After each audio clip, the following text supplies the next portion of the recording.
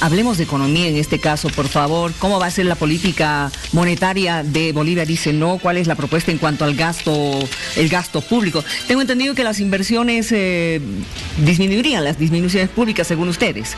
En realidad tenemos una economía altamente frágil. Frágil porque han aumentado las empresas públicas que tienen dudosa rentabilidad. Hay proyectos políticos que se han ido diseñando a criterio político, proyectos de políticas públicas que se han diseñado a criterio político y no necesariamente por el interés colectivo, pero además hay un enorme crecimiento del aparato estatal. ¿Qué es lo que nosotros estamos buscando hacer? Es modificar el modelo de desarrollo económico. ¿Cómo? Tenemos 3 ejes. La revolución exportadora, queremos apostar a la economía del conocimiento y queremos diversificar el aparato productivo. Voy a empezar por el último. Queremos dejar de ser un país con un modelo estrictamente extractivista que se sostiene únicamente por el precio elevado que en algún momento ha tenido nuestras materias primas en minería y en hidrocarburos, y queremos desde el Estado que se le preste mayor atención a escenarios y áreas productivas que no han tenido atención. En el caso de la economía del conocimiento, hago referencia a que no solo hay que apostar y promover el área de la manufactura o de la agroindustria.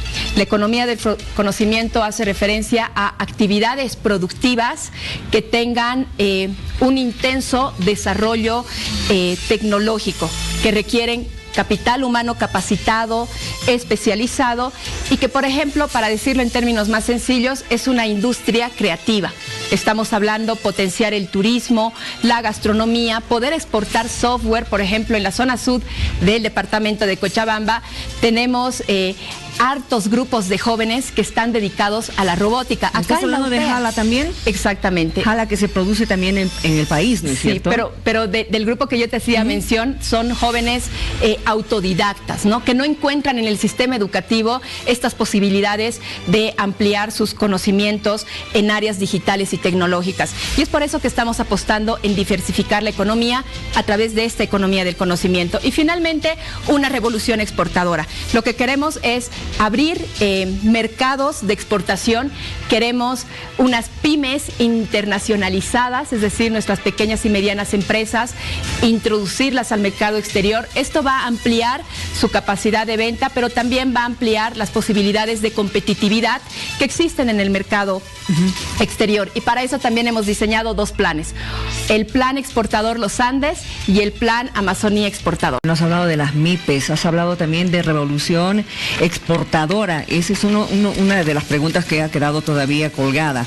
En lo andino y lo amazónico, a ver, cuéntame, ¿cuál es esa propuesta? Existen diferentes vocaciones productivas, tanto en la zona andina como en la zona de la Amazonía. Entonces nosotros queremos, obviamente, diversificar la economía, queremos ampliar estos mercados de exportación, y eso pasa, por ejemplo, por eliminar las barreras y las restricciones burocráticas que existen para la exportación. Una serie de límites que, por ejemplo, lamentablemente la política exterior lo que debería estar haciendo es justamente diseñar este tipo de acuerdos bilaterales y multilaterales que sean comerciales. Ese es el otro enfoque que no lo mencioné, que le vamos a dar también a la política exterior. Cuando hablamos de internacionalizar las pymes, estamos hablando de incrementar su volumen de ventas, estamos hablando de mejorar su calidad y su comercialización, de introducirlos en mercados más exigentes y más competitivos. Queremos reducir los trámites aduaneros, eliminar también todos aquellos impuestos, aranceles, tasas, multas que nosotros consideramos en muchos casos improductivas e injustificadas. Hay que racionalizar el tiempo de la revisión para una autorización, ya sea en importación o en exportación.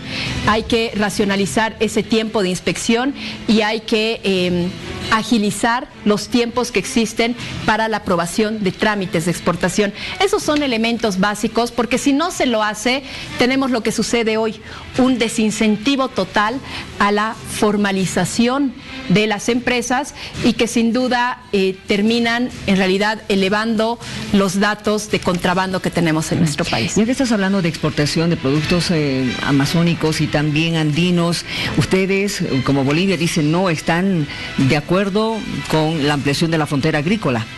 Nosotros creemos que no es necesario la ampliación de la frontera agrícola. Lo que hay que hablar es justamente incrementar la productividad de las tierras que ya están establecidas. Nosotros tenemos un enorme compromiso con el medio ambiente y eso yo diría es una política diametralmente antagónica y diferente a la que tiene el movimiento al socialismo, pero que también deberíamos de dotarles a nuestros productores y a la agroindustria de elementos altamente tecnológicos justamente para elevar la productividad de las tierras. Es decir, el chaqueo es sin duda un método, pero un método primitivo.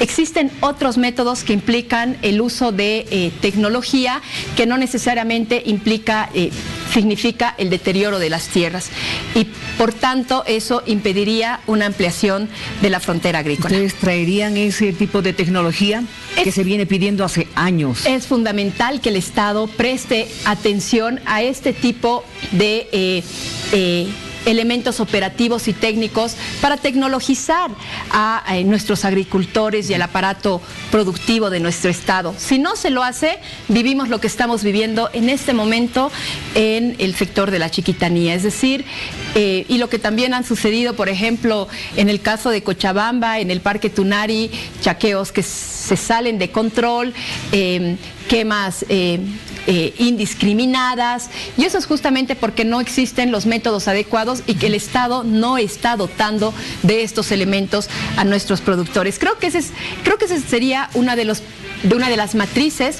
a las cuales deberíamos de apuntar, lejos de discutir la ampliación de la frontera agrícola, porque también es importante reconocer que no todas las tierras tienen vocación agrícola, ¿no? Hay tierras que tienen vocación forestal y eso es algo que se tiene que respetar.